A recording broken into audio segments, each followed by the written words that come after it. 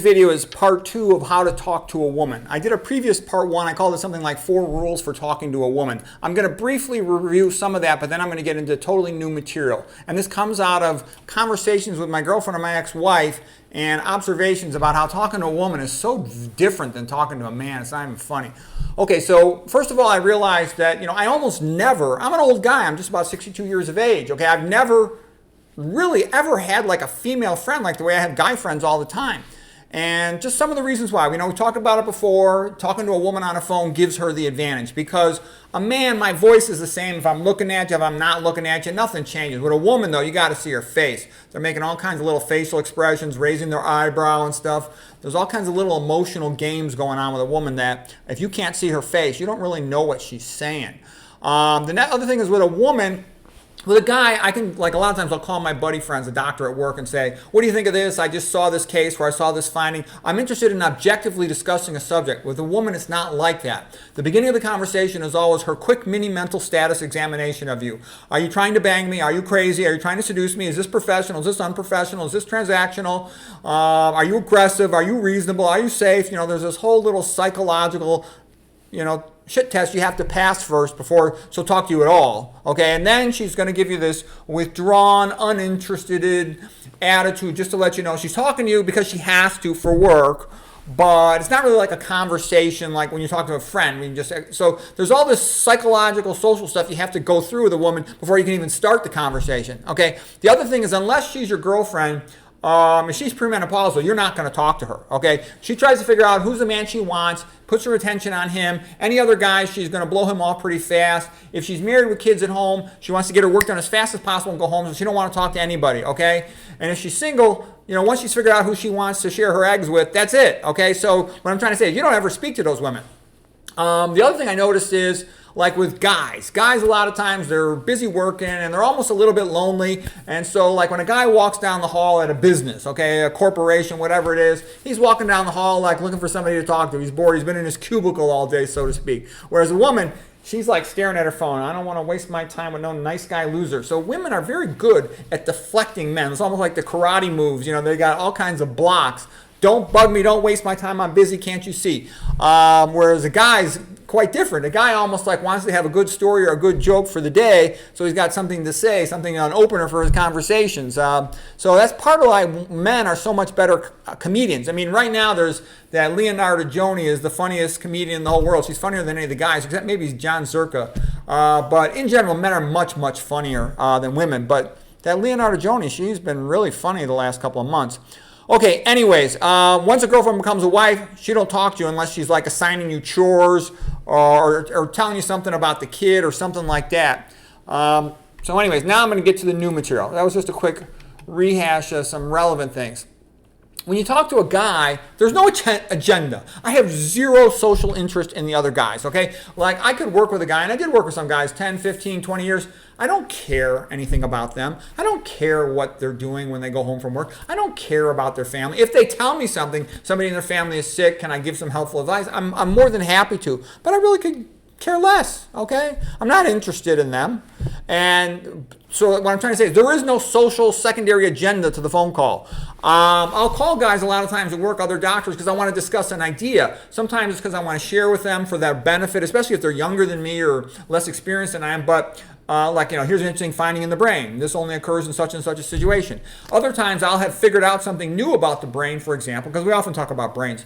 And I will call them, in a sense, for my own social interest, because I know from extensive experience, if I discuss a subject in detail with another person, I will fix it in my mind real clear. Also, sometimes I'm figuring out a new theory of why something happens, and I'll run it by another one of my colleagues, and I'll see if he can pick apart, if he can find a hole in my narrative. I'm trying to see, am I correct? Is this what's really happening? So I like talking to him, to get the benefit of his knowledge, all right? So what I'm trying to say is we're talking to seek objective truth, okay? And we both have an agreement on that. There are no peripheral distractions, okay? Sometimes because we just have something funny. Something funny happens and we'll call each other and have a joke, have a good laugh, all right? And that's about it. with a woman, things are different, you know, and that's pretty much why guys talk to each other. I won't call another guy unless I'm going to tell him something funny or share an interesting observation, insight, or figuring out something scientific and narrative. Okay, that's about the only reason I'll ever call a guy. All right.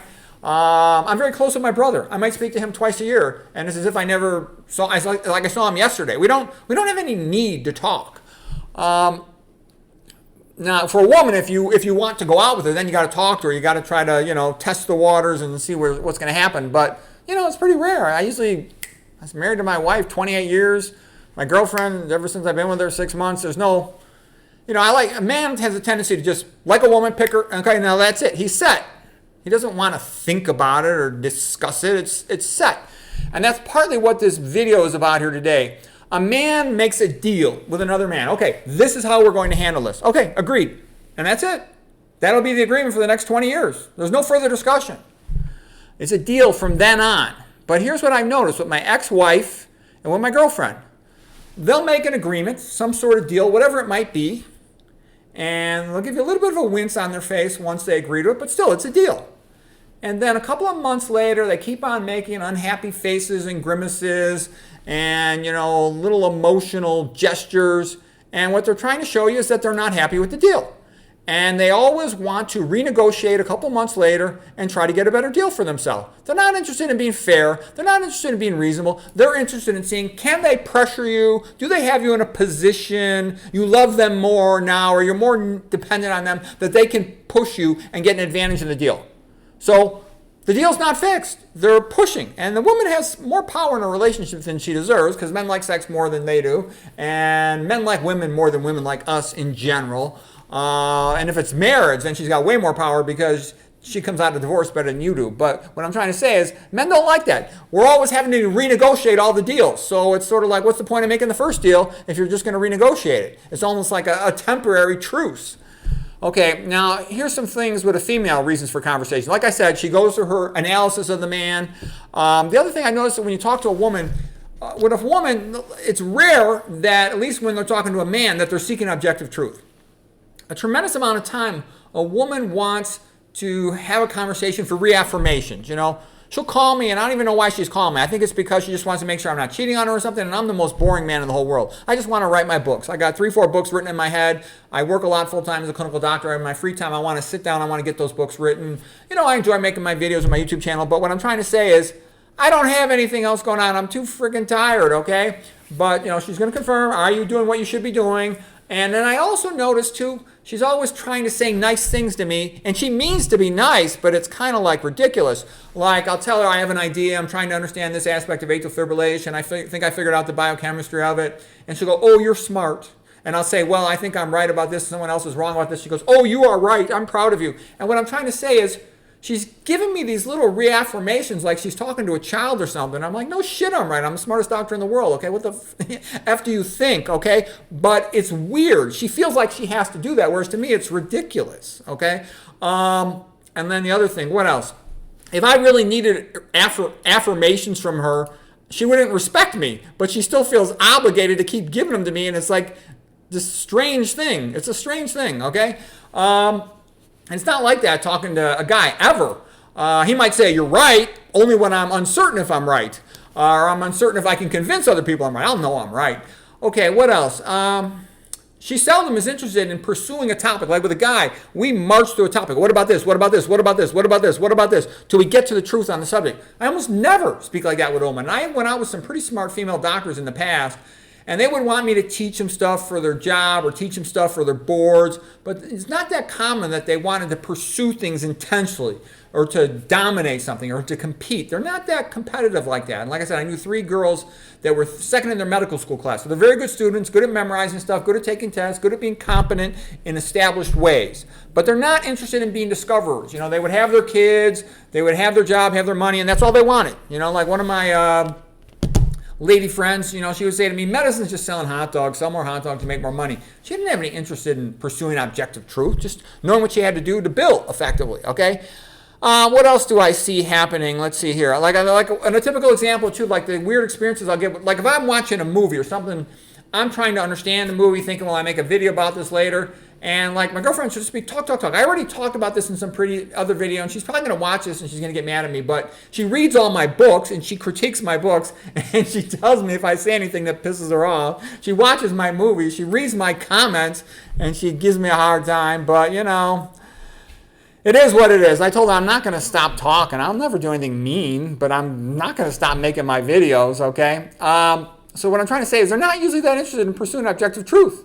And she wasn't interested in the movie or my future review of it. She just wanted to talk to me and kind of like always working her position in the relationship. So that's what a guy feels like with a woman, that they're always working their position in the relationship. With a guy, it's like, you're my woman. Okay, we're set. We're a couple. Okay, that's it. It's not like that with a woman. She's always like working for position. How come we never go on vacation? How come you never take me anywhere? I thought you said you were going to go with me to such and such a place. You don't want to. You don't care about me. Are you just using me? It's like, oh God, you just shut up. You know, they're always wanting to drive some emotional issue.